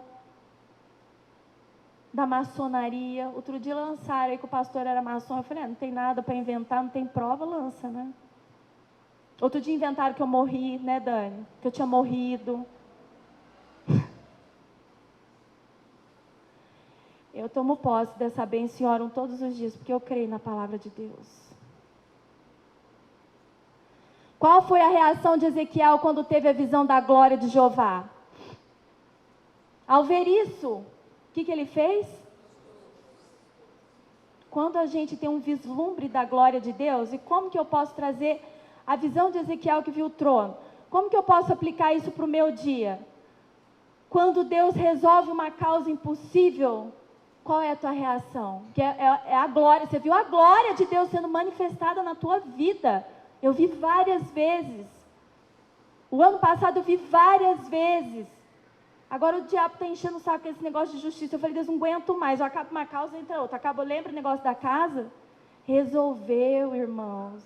Não tive que pagar nada. Mulher, eu oro até hoje para Deus abençoa a Lucimara. A Lucimara é a pessoa que entrou com a ação contra a outra que vendeu a casa para mim, mas como eu não tinha feito o registro, ela estava no nome da outra e ela executou a casa para pagar a dívida. Irmãos, eu orando, eu falava assim, Deus, e eu usei aquele versículo que fala da parábola do juiz Inico, da velhinha aqui lá e fala assim, Deus julga minha causa, e no final ele fala, e digo-vos apressadamente. Eu falei, Deus, eu tomo posse disso, apressadamente. Irmãos, apressadamente. E eu oro por essa mulher até hoje, porque Deus, ela se permitiu ser acessada no coração. E eu falo, Deus, ela tem uma causa que é lista, ela tem uma dívida para receber, o Senhor pode cuidar. Eu não me esqueço dela, a minha causa foi resolvida. Mas Deus anda trabalhando comigo um instinto missionário, sabe? De cuidar da causa dos outros, na verdade. Falando nisso, Clarindo operou, tá tudo ótimo. Vai, pode, em nome de Jesus, vai lá. Tá gravado, depois você assiste. Saiu da cirurgia, acordou, tá ótima, graças a Deus. Vamos orar para Deus confirmar o pedido do nosso coração. Amém? Então Ezequiel se prostrou e eu pergunto quantas vezes as meninas que passaram na faculdade, vocês sabiam que eu agradeço a Deus até hoje porque vocês entraram? É algo tremendo, você não acha isso, Devani? As 3 filhas na faculdade, eu acho isso assim surreal, sabendo das dificuldades da Jéssica, das meninas, eu falo, Deus, estou trabalhando isso com os meus filhos. E aí assisti um vídeo de uma menina, não sei se vocês ficaram sabendo, que ela é filha de pedreiro, a mãe trabalha como telefonista num banco, sempre estudou em escola pública, é de cor negra, e ela está há 3 anos, o único meio dela fazer faculdade é a federal, e ela buscando do Senhor, o curso que ela escolheu, medicina. Assim, tudo impossível. Escola pública, filha de pedreiro, cor negra, tudo, todos os obstáculos existiam na vida daquela menina. No 3º ano de cursinho que ela estava fazendo, ela é crente, e tinha uma amiga surda na igreja. E na igreja não tinha a linguagem dos surdos mudos, e essa amiga não podia receber as mensagens. E ela, com compaixão, aquela vida movida pelo Espírito de Cristo, ela falou assim, eu vou fazer um curso de Libras. O único dia do curso de Libras era o sábado, ela não é adventista, tá? Era o sábado, e no sábado ela tinha o curso de redação, porque quem não tem muitas boas notas nas questões, precisa tirar nota 1000, a nota mais alta na redação. Ela abriu mão do único dia que ela estudava, fazia lá as redações, no sábado, para fazer o curso, para ser a tradutora, intérprete das pregações dentro do curso para sua amiga. Todo mundo achou aquilo uma loucura. Aí o repórter perguntou assim para ela, o que a tua mãe disse? Que eu acho que eu era louca, né? Mas aquilo queimava no meu coração. E ela foi fazer o curso, aprendeu. Todo culto, ela ia e era intérprete da amiga. Chegou o final do ano, foi prestar o Enem. Gente, eu chorei, porque é lindo demais a ação de Deus. Eu vou postar também, quando busca o reino de Deus e a sua justiça em primeiro lugar, eu falo isso para a Ana Laura e para o João Vitor, vocês querem ser bem-sucedidos, busquem em primeiro lugar. Você não vai poder estudar na quarta porque tem culto, na quinta tem ministério, sexta é pôr do sol, sábado também você não estuda. Mas Deus é o Deus que pode abrir a porta para você, se você honrar. Onde você quer ir, determina. Que faculdade você quer fazer? O tema da redação era sobre os surdos mudos. Ela sabia tudo. Citou uma autora internacional. Escreveu uma redação, mas eu disse, nem eu, que em curso jurídico geralmente escrevo muito bem, tem uma retórica muito boa, fiquei assim, e citou a autora e falou, e passa o texto da mensagem. Ela tirou nota 1000, conquistou a vaga, 4ª melhor faculdade do Brasil. Ela falava chorando, eu não acredito que Deus me deu um presente grande assim. É maravilhosíssimo. Não existe barreiras. Não existem barreiras para aquele que crê. Não existe problemas, superações que fiquem emperradas se você realmente serve o Deus de Israel. Se você tem o conhecido, se você tem o experimentado. Eu vou postar isso também para vocês assistirem. E Ezequiel, quando vê, ele se prostra, e aquela menina se prostrou diante do Senhor, porque ela viu a glória de Deus sendo manifestada. Nós vemos a glória de Deus sendo manifestada a todo momento. Quantos livramentos, quanta ajuda, quanto amor, quanta paciência, quanto falar é glória de Deus. Os outros profetas também reagiram do mesmo modo quando receberam visões de Jeová. Com certeza esses homens de fé devem ter ficado muito impressionados, reconhecendo como eram insignificantes em comparação a Deus. Será que você se olha e diz assim, eu sou insignificante, ou você se acha o último bolachinho do pacote? Porque quando nós determinamos a forma que Deus deve agir nas nossas vidas, isso é sinal de orgulho e não de submissão, de reconhecimento da sua insignificância. E Deus quer que nós nos reconheçamos insignificantes, vermezinhos de Jacó. E toda vez que nós nos reconhecemos de forma verdadeira, viu, irmãos? Porque Deus está trabalhando muito com a igreja a verdade. Nós chegamos diante de Deus com mentiras a respeito de nós mesmos, que se tornou uma verdade porque repetimos a mensagem do diabo. Quando chegamos, porque se você chegar lá também, Deus, eu sou insignificante, ele olhar e falar, você não acha isso de você? Para, estou com vontade de vomitar. Só fala se você realmente se achar. E se você não se achar, peça para Deus os óculos espirituais, vocês vão ver que a roupa está ruim. A Simone estava de calça jeans, a Tatiane também teve um sonho, das roupas não estavam adequadas. Falta pedir. Verdadeiramente. Existiu 3 profetas que tiveram a mesma visão, Isaías, o Daniel e o Apocalipse. O Isaías, quando viu a glória de Deus, diz assim, ai de mim que vou perecendo, meu Deus, estou morrendo. O Daniel diz assim, estou sem força, desmaiou. Todos eles Deus fala, levanta, filho do homem. E o João caiu aos seus pés como morto. Mas nós não, nós batemos no peito, nós somos gorilas, né? Quanta diferença, né? Mas com o tempo eles ficaram muito fortalecidos, porque aí Deus dá a voz de comando, levanta, filho do homem, que falarei contigo. Sabe quem tira aquele profeta do estado de humilhação? A palavra, o poder de Deus. Levanta! Hoje a Simone falou sobre isso, né? Levanta! Deus estava dando uma ordem de comando. Levanta, igreja! Sai do vômito! Sai do lamaçal! Reage! A justiça está vindo.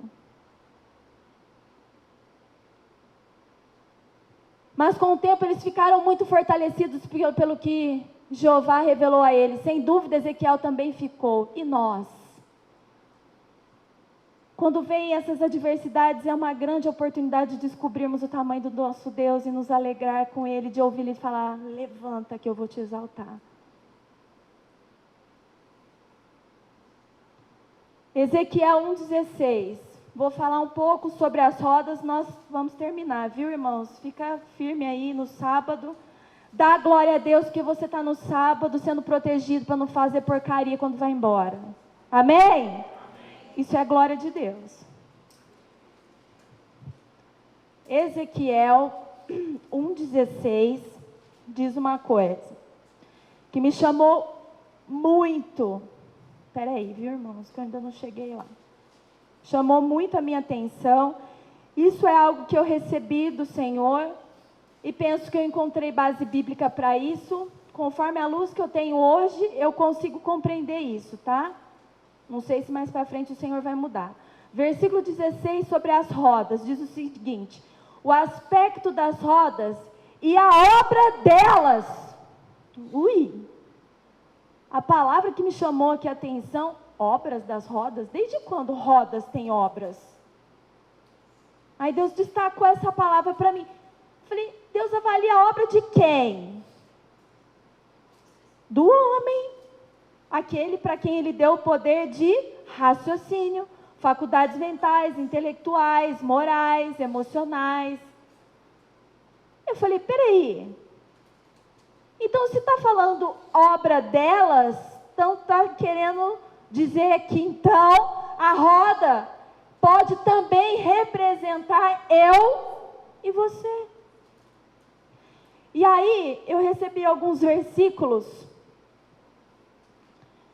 Abre lá, tá bom, tá aqui, tá? Se vocês estiverem mais cansadinhos, eu vou ler ou reproduzir aqui. Hebreus 6:10 diz o seguinte: porque Deus não é injusto. Deus é injusto?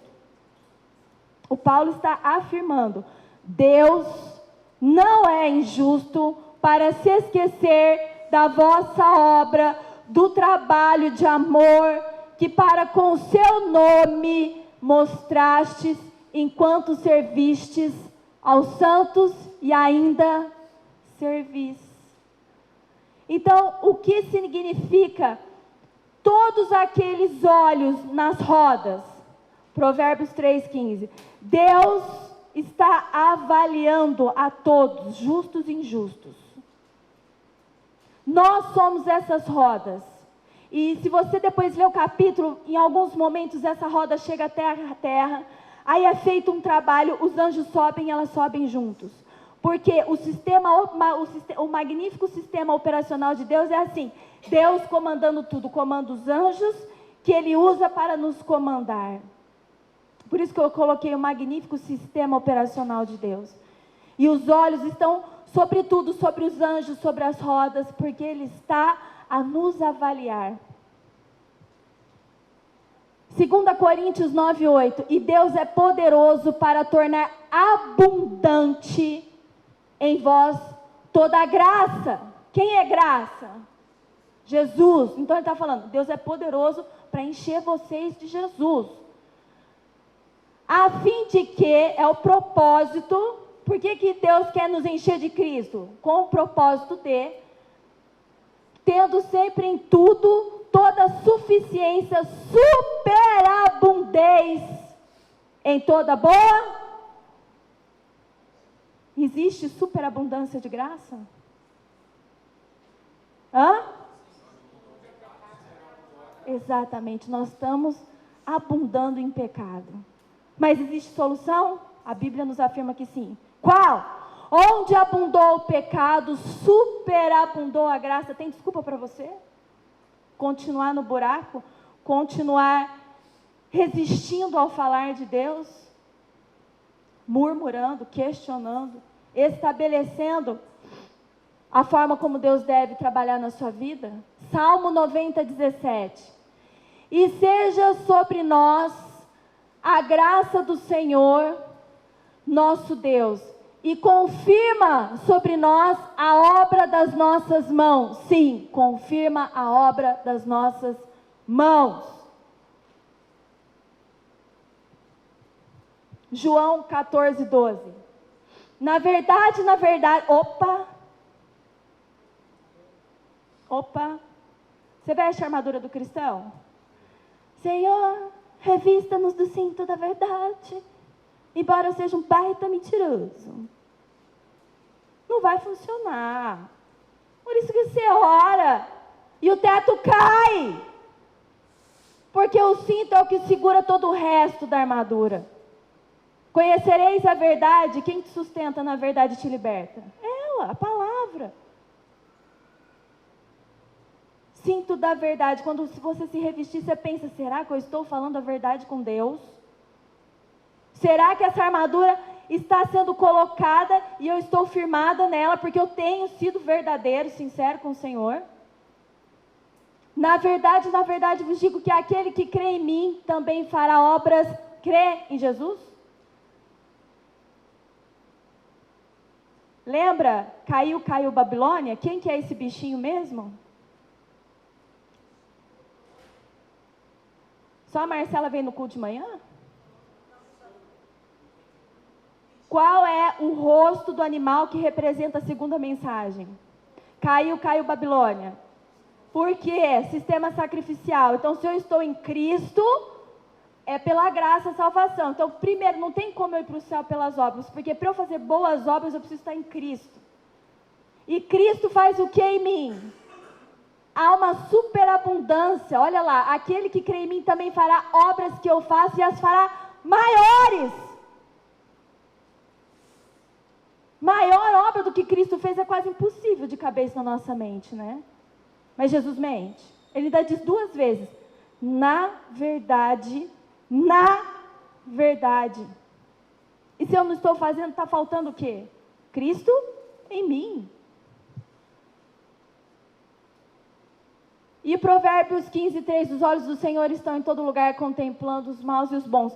E aí eu falei assim, Senhor, tá tudo bem, mas como eu vou fazer? Então eu entendi que as rodas do trono de Deus, elas também podem representar os 4 hemisférios são só 2, os 4 pontos cardeais da nossa terra, norte, sul, leste e oeste. E como eu posso explicar isso para a igreja? Como que eu posso afirmar que quando fala rodas e a sua obra, está dizendo dos homens e as suas obras, e que essas rodas estão cheias de olhos porque Deus está nos vigiando, está vendo o que nós estamos fazendo, não só os bons, mas os justos. Aí ele me levou lá em Ezequiel 7. Porque Ezequiel é um livro, irmãos. E o próprio livro revela o próprio livro. A Bíblia se revela. Ela mesma tem que se completar. Olha que tremendo título, não sei se na sua Bíblia. Esse, moço, você é dó, você está falando com o olho, hein? Ezequiel 7. O título na Bíblia vem assim: o fim vem, o fim vem. Quando Ezequiel vê a visão do trono, o que Deus está falando para ele? Juízo. E a glória de Deus sendo manifestada. Juízo para os ímpios e a manifestação da glória para os justos. Então é uma continuação da visão, o livro de Ezequiel. Que tudo se completa na primeira visão, tanto que ela é repetida no capítulo 10, depois ela é repetida de novo em Ezequiel 43, quase no final do livro. Do tanto que ela é importante, começa o livro com isso. Aí diz assim, ó, nós estamos falando do que mesmo? Rodas. Estou falando que ela representa também os 4 pontos cardeais norte, sul, leste e oeste, representando a soberania de Deus sobre o nosso mundo. Capítulo 7:1. Depois veio a palavra do Senhor a mim dizendo: e tu, ó filho do homem, assim diz o Senhor Jeová acerca da terra de Israel. Lembra que eu falei que era só Judá? Então, se sobrou só Judá, Judá passou a ser a nação de Israel. Por isso que ele fala Israel aqui, tá? Vem o fim vem sobre os 4 cantos da terra. Representa ou não? Continuando. Agora vem o fim sobre ti, porque enviarei sobre ti a minha ira e te julgarei conforme os teus caminhos. Caminhos é obra? Hã? Sim, caminhos é obra. E trarei sobre ti todas as tuas abominações. Sabe assim que Deus revela tudo o que está oculto? No tempo dele ele revela, você pode fazer o que você quiser, parece que nada está acontecendo. Na hora que chegou o tempo determinado de Deus, ele põe no ventilador. Versículo 4. E não te poupará quem? O olho de Deus. Que está onde? Nas rodas. O que significa roda? A terra, o todo. Então Deus está falando assim, os meus olhos estão na terra e eu estou olhando tudo o que vocês estão fazendo.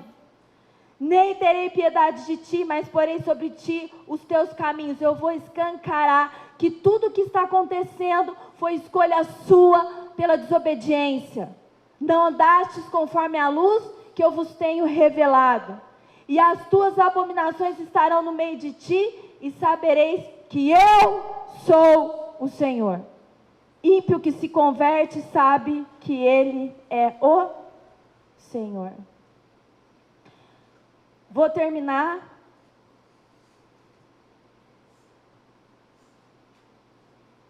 com Ezequiel 29, Jeremias 29. Nós já lemos, eu vou ler de novo, vou terminar com essa fala de Jeremias. Que depois de tudo que nós estudamos hoje, nós temos que ter convicção que Deus é bom o tempo todo Deus é bom, Deus é justo e tem planos de paz para nós, e não de mal. E tudo que vem sobre nós, sejam aflições e circunstâncias, vem com propósito. Versículo 11, 29, 11, Jeremias. Porque eu pensei os pensamentos que penso de vós, diz o Senhor, pensamentos de paz e não de mal, para vos dar o fim que vós desejais, o fim que esperais. O que vocês desejam, irmãos? É promessa, eu vou dar, mas antes eu preciso tratar, e as condições são minhas. Entenda que nós servimos a um Deus de paz. E a obra de destruição é uma obra estranha de Deus.